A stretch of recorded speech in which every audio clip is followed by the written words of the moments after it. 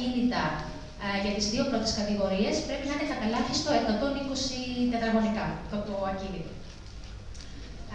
Επίσης, η εξόφληση θα πρέπει να έχει γίνει πριν από την αίτηση του επενδυτή για την απόκτηση της Golden Visa, που μπορεί να γίνει με 3 διαφορετικούς τρόπους, είτε μέσω τραπεζικού εμβάσματος, είτε μέσω POS, είτε μέσω δίδραμης τραπεζικής επιταγής. Και οι δικαιούχοι αυτής της άδειας διαμονής, πέραν του επενδυτή προφανώς, είναι ο σύζυγος ή σύντροφος με σύμφωνο συμβίωσης, τα ανήλικα τέκνα, τα ενήλικα τέκνα, άγαμα όμως έως 21 έτους, και οι γονείς του επενδυτή και του συζύγου. Η διάρκεια της είναι 5 ετής, με δυνατότητα ανανέωσης, εφόσον φυσικά η επένδυση διατηρείται. Και ένα από τα πολύ σημαντικά που έχει ένα από τα πολύ καλά που έχει αυτή η άδεια κατηγορίας είναι ότι η ανανέωση της δεν εξαρτάται από το διάστημα απουσίας του επενδυτή στο εξωτερικό. Έτσι, λίγο πολύ τυπικά σας τα είπα, για να έχετε κατά νου αυτή την κατηγορία της άδειας διαμονής. Αν θέλει ο κύριος Τσάκ να συνεχίσει επί του πρακτέου και λίγο πιο ουσιαστικού, επειδή ασχολείται με τις άδειες και θα μας μιλήσει. Καλησπέρα σας. Καλησπέρα. Ευχαριστώ πάρα πολύ τους δύο οργανωτές. But I prefer to speak in English so our foreigner friends will understand what I'm talking about. My name is Orestis Chang. I'm a Chinese born and raised in Greece. And we are doing this, me and my company, we are doing the real estate especially for the Golden Visa policy. It's a great program. A lot of billions of euros, especially from Chinese part, invested in Greece. And now, from the September of 2024, unfortunately, the limit for the Golden Visa, it's up to 800,000 euros for the capital. But when a door is closed, the window is open.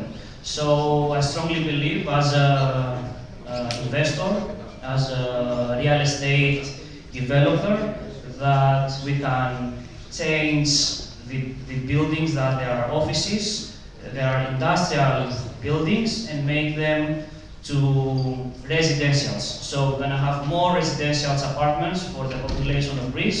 And at the same time, with this Golden Visa policy, we can change the old buildings and ugly buildings to real residential buildings. This is the most important. And also, in my opinion, is a little bit difficult to reach the 400,000 euros investment, because with the limit of 120 square meters of the apartment, this is gonna be like 3,300 euros per square meters. That is really difficult to achieve this price per square meter outside of the capital of Greece and some special islands. So I think the time is very good to invest in Greece, and this also Golden Visa policy will be closed soon, I think, maybe 1 or 2 years max. So I think also for the foreigners' friends, it's very good to invest in Greece and also have the Golden Visa policy. Over 8,000 Chinese families already invest in Greece, and more than 10,000 Golden Visa around the globe. From the States is something like 300 Golden Visa for the United States citizens. So I think it's a great time now to invest and to reach this Golden Visa policy, because we are the most affordable capital in Europe. This is the most important. And we are in the Eurozone, in the Schengen area, and also we have Euro, and stable government and stable economy. This is the most important. Thank you very much. Thank you.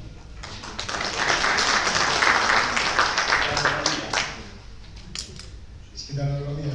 Περνάμε στο τελευταίο κομμάτι ίσως, αλλά μετά θα συνεχίσουν οι συνεργητές μου. Εγώ είμαι ο Σταμάτης Οκούγας. Εκπροσωπώ την εταιρεία OFAUB.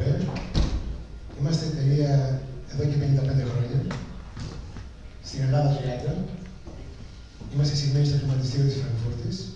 Διαμεσολαβούμε σχεδόν για οτιδήποτε χρειάζεται με χρήμα ο καταναλωτής, ο πολίτης, ο οικογενειάρχης, η μικρή επιχείρηση. Όσον αφορά στεγαστικά δάνεια, με καταναλωτικά δάνεια, με επαγγελματικά δάνεια, φωτοβολταϊκά που σήμερα βέβαια και με την κλιματική αλλαγή θα πρέπει να έρθει όλο και πιο κοντά μας, και βέβαια για οποιαδήποτε ασφαλιστική ανάγκη έχει ανάγκη ο καταναλωτής.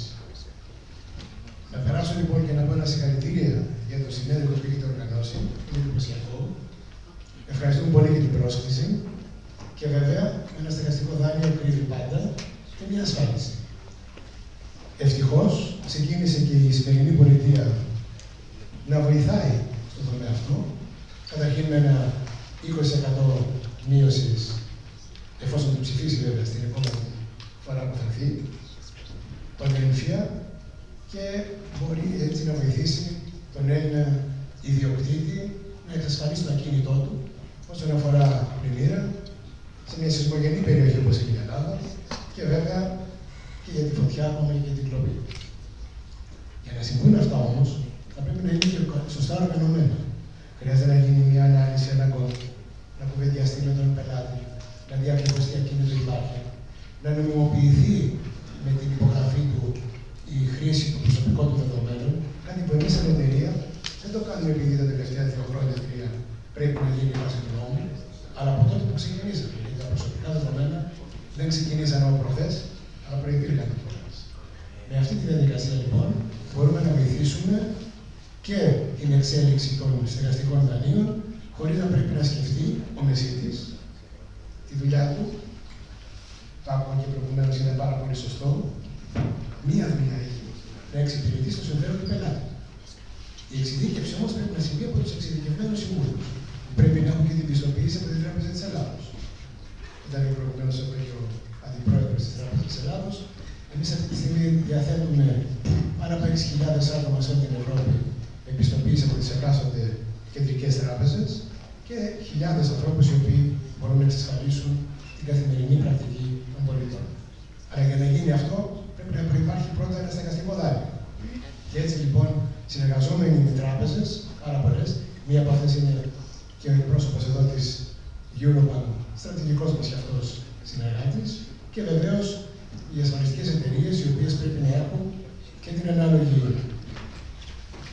ρευστότητα, αλλά και την νομική δυνατότητα να καλύψουν όχι μόνο σήμερα, αλλά και στο μέλλον τους πελάτες τους. Για να γίνει λοιπόν αυτό σωστά, η τράπεζα πρέπει να είναι και αυτή διαθέσιμη σε συνεργασία. Με την έννοια αυτή, παραδίδω τη σκητάλη. Ευχαριστώ πολύ, κύριε Κούμα. Καλησπέρα και από μένα. Είμαι ο Γιάννης Καρναβάς. Χαίρομαι πάρα πολύ για την παρουσία μας στο υπέροχο συνέδριο. Είναι πολύ σημαντικό για τη στερεά Ελλάδα και ειδικότερα για την πόλη της Λαμίας να γίνονται τέτοιες σημαντικές εκδηλώσεις, καθώς λόγω υποδιότητας η χαρά είναι διπλή για εμένα. Εγώ είμαι ο Γιάννης Καρναβάς, είμαι στην Eurobank 25 χρόνια.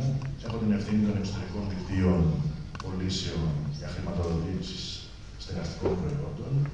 Και όπως είπε και ο κύριος Δούμας προηγουμένως, έχουμε στρατηγικές συνεργασίες με ανθρώπους της αγοράς, μέσω των οποίων εναλλακτικά ενισχύουμε το πελατολόγιο μας πέρα από τις πωλήσεις που γίνονται στα φυσικά μας κανάλια πώλησης, μέσω των συνεργασιών που έχουμε για τα προϊόντα στέγης. Νιώθω πραγματικά, αφού απευθύνομαι σε ανθρώπους της αγοράς, μια έτσι ιδιαίτερη χαρά που τα τελευταία χρόνια τα θετικά νέα είναι πολύ περισσότερο από τα αρνητικά. Αφήσαμε πίσω μας μια πολύ σοβαρή κρίση, η οποία χτύπησε όλους τους πυλώνες της οικονομίας και ειδικότερα και πιο συγκεκριμένα το real estate. Από το 2016-2017 και μετά, οι νέες εκταμιεύσεις δανείων στο τραπεζικό σύστημα είναι αυξημένες κατά περίπου 30% σε ετήσια βάση. Το 2023, Δεκέμβρη 2023, οι νέες εκταμιεύσεις προϊόντων στέγης ιδιωτών ήρθαν στο 1.200 εκατομμύρια. Το 2024, το νούμερο αυτό θα είναι περίπου στο 1.700 με 1.800, αν βάλουμε μέσα και τις εκταμιεύσεις που θα γίνουν το πολύ σημαντικό πρόγραμμα που έπαιξε, το πρόγραμμα Σπίτι για Νέους. Η Eurobank καινοτομεί, είναι στο DNA της να προχωρεί, να βγάζει και να λανσάρει καινοτόμα προϊόντα, ούτως ώστε οι πελάτες της να νιώθουν ασφάλεια, σιγουριά και με εύκολο και γρήγορο τρόπο να αντλούν χρηματοδότηση για τις δανειακές τους ανάγκες. Είμαστε η πρώτη τράπεζα που έχουμε εισαγάγει το digital onboarding τόσο για έναν κάτοικο Ελλάδας, όσο και για έναν κάτοικο του σπυρού πυρήνα των χωρών της Ευρωζώνης. Είμαστε η πρώτη τράπεζα που μαζί με τις πωλήσεις στεγαστικών δανείων καινοτομούμε με ψηφιακά εργαλεία στα λοιπά προϊόντα που μπορούν να συνοδεύσουν το ακίνητο, που είναι τα προϊόντα για την πράσινη και ενεργειακή αναβάθμιση. Και εδώ μπορώ να συνδέσω τα παλαιότερα σπίτια που υπάρχουν στη χώρα μας, τα οποία μπορούν να αναβαθμιστούν ενεργειακά και να γίνουν ελκυστικά για τους πελάτες που ψάχνουν να βρουν ακίνητο. Όταν κάποιος δεν μπορεί να στραφεί στην αγορά ενός νεόδημου του ακινήτου, τότε με τα πράσινα προγράμματα που τρέχουν σε αιτήσια βάση από την πολιτεία, τα συγχρηματοδοτούμενα λέμε, μπορεί κάποιος πελάτης να στραφεί στα παλαιότερα ακίνητα. Το 2025 περιμένουμε το πρόγραμμα Σπίτι για Νέους, το δεύτερο πρόγραμμα, και αυτό θα τονώσει πάρα πολύ το ενδιαφέρον των πελατών. Και θέλουμε να πιστεύουμε ότι και το 2025 θα είμαστε πρωτοπόρος στο να επιλέξει ο πελάτης στην τράπεζά μας για να χρηματοδοτηθεί με εύκολο, απλό και γρήγορο τρόπο. Αυτά είχα να πω από την πλευρά μου. Το μήνυμα είναι αισιόδοξο ότι και το νέο έτος, οι νέες εκταμιεύσεις και το ενδιαφέρον του κόσμου θα παραμείνει σταθερά ανωδικό και εμείς σαν τράπεζα να μπορούμε να επιτελούμε τον νούμερο ένα ρόλο μας που είναι να χρηματοδοτούμε και να στηρίζουμε τις ανάγκες της οικονομίας, τόσο σε ιδιωτικό όσο και σε επιχειρηματικό επίπεδο. Ευχαριστώ πολύ. Και συνεχίζουμε με το σκληρό κομμάτι της φορολογίας.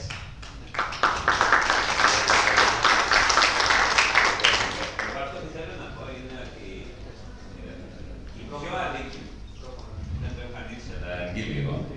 οι πιο αδικημένοι στις περιουσιακές συναλλαγές, σαν επάγγελμα, είναι οι λογιστές.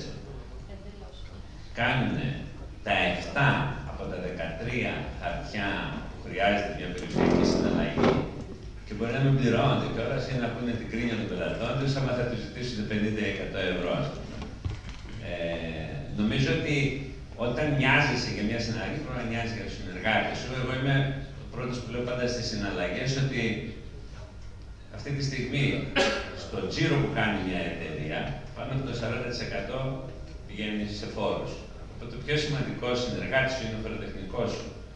Και εδώ πέρα, μέσα σε μια περιουσιακή συναλλαγή, χρειάζεσαι σίγουρα έναν καλό φοροτεχνικό και λογιστή. Οπότε, λόγω σε εσάς. Ναι, καλησπέρα. Ευχαριστώ για την πρόσκληση από την κυρία Επιτροπή. Βέβαια, πιέζω συνέχεια τον κύριο και στη γωνιά αριστερά μου, κάνει συνεχώς νοήματα, δεν ξέρω γιατί. Φεύγει τώρα, οπότε είμαστε καλά. Θα τελειώσω γρήγορα όμως, γιατί εντάξει, έχω μάθει να χειρίζουμε τον χρόνο. Θέλω να σας πω ότι απαξιωμένα υπάρχουν πολλά επαγγέλματα πλέον στην Ελλάδα. Υπάρχουν πάρα πολλά επαγγέλματα τα οποία πλέον δεν έχουν την αναλογούσα ήγη. Πρέπει να υπάρχει ήγη. Επειδή είμαι φορολογικό σύμβουλο στο Δικηγορικό Σύλλογο Αθηνών, γνωρίζω πάρα πολύ καλά τι γίνεται και με το κομμάτι των δικηγόρων και εκεί υπάρχει ένα τεράστιο πρόβλημα.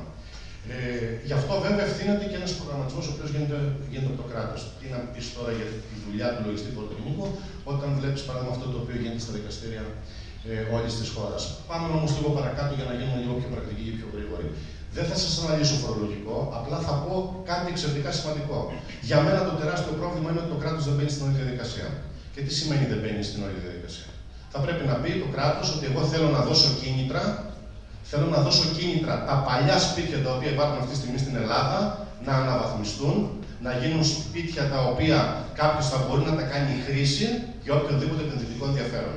Είτε αφορά πώληση είτε οτιδήποτε άλλο.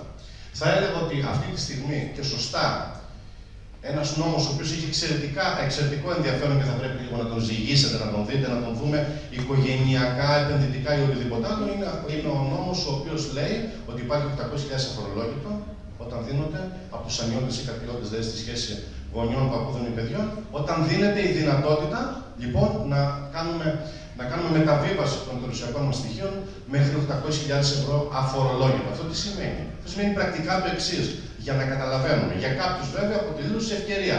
Όταν κάποιος πήγε προφανώς έβαλε τον νόμο στο μυαλό του Πρωθυπουργού, κάτι σήμαινε αυτός ο νόμος. εγώ το βρίζω θετικά ότι έγινε αυτή η πράξη. Γιατί έχεις εκατοντάδες χιλιάδες ακίνητα στην Ελλάδα τα οποία δεν μεταβιβάζονται. Αγνώστου κυριότητας ή οτιδήποτε άλλο. Ακίνητα τα οποία δεν περνούν στην επόμενη γενιά. Σκεφτείτε τις πιο ακριβές περιοχές, παράδειγμα των Αθηνών, που μπορεί να είναι παράδειγμα Κηφισιά, Ψυχικό ή οτιδήποτε άλλο, και σκεφτείτε και ακίνητα τα οποία υπάρχουν στο δικό μου το χωριό που είναι ο Δομοκός, τα οποία ποιος θα πάει τώρα να δει και να κάνει μεταβίβαση ενός ακινήτου ή οτιδήποτε άλλο. Εγώ, παράδειγμα, που τυχαίνει έτσι από ενδιαφέρον να βλέπω κάποια ακίνητα πάνω στην περιοχή μου, τρομάζουμε να βρούμε ποιος είναι ο ιδιοκτήτης. Άρα αντιλαμβάνεστε ότι τα προβλήματα έχουν να κάνουν και με άλλου είδους ζητήματα τα οποία τίθεται.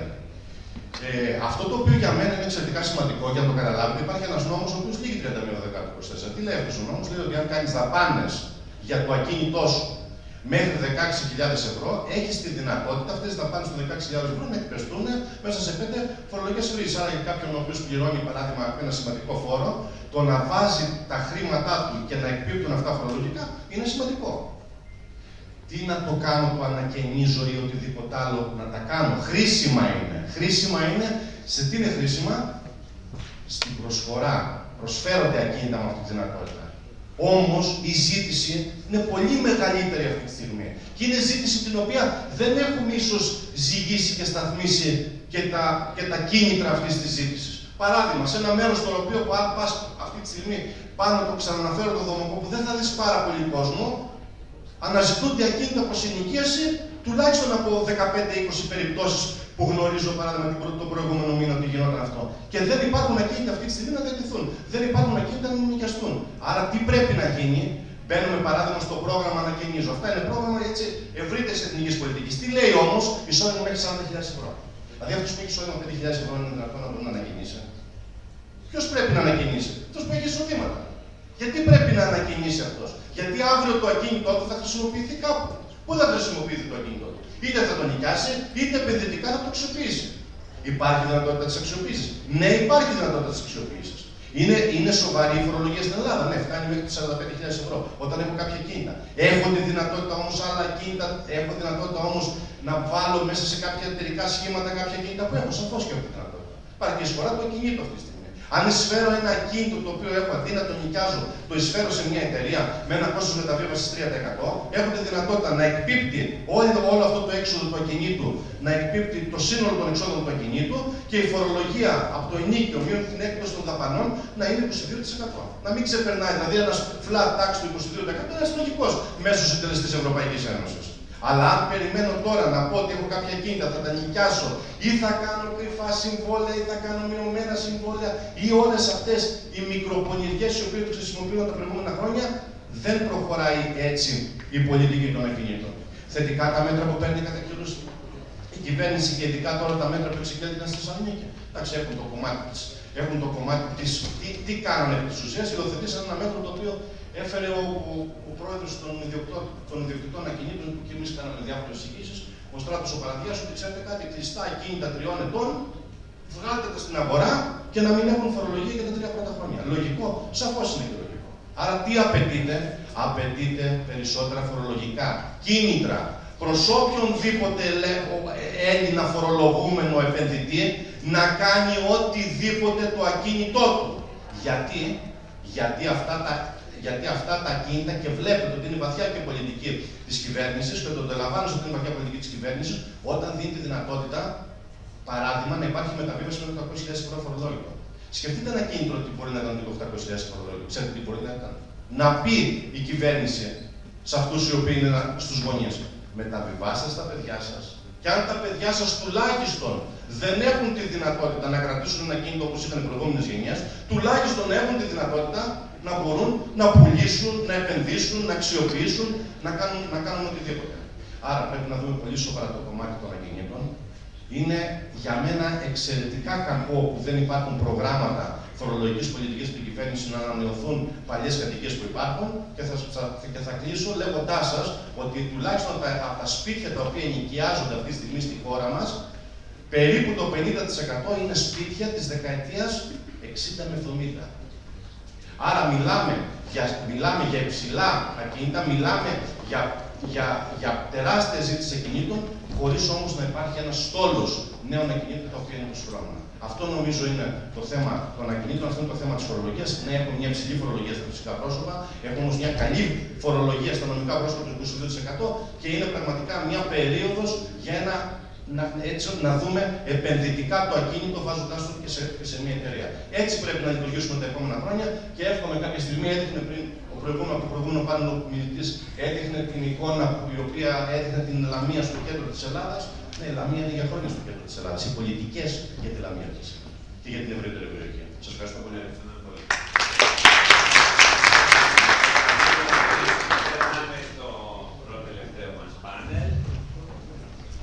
Θα παρακαλούσα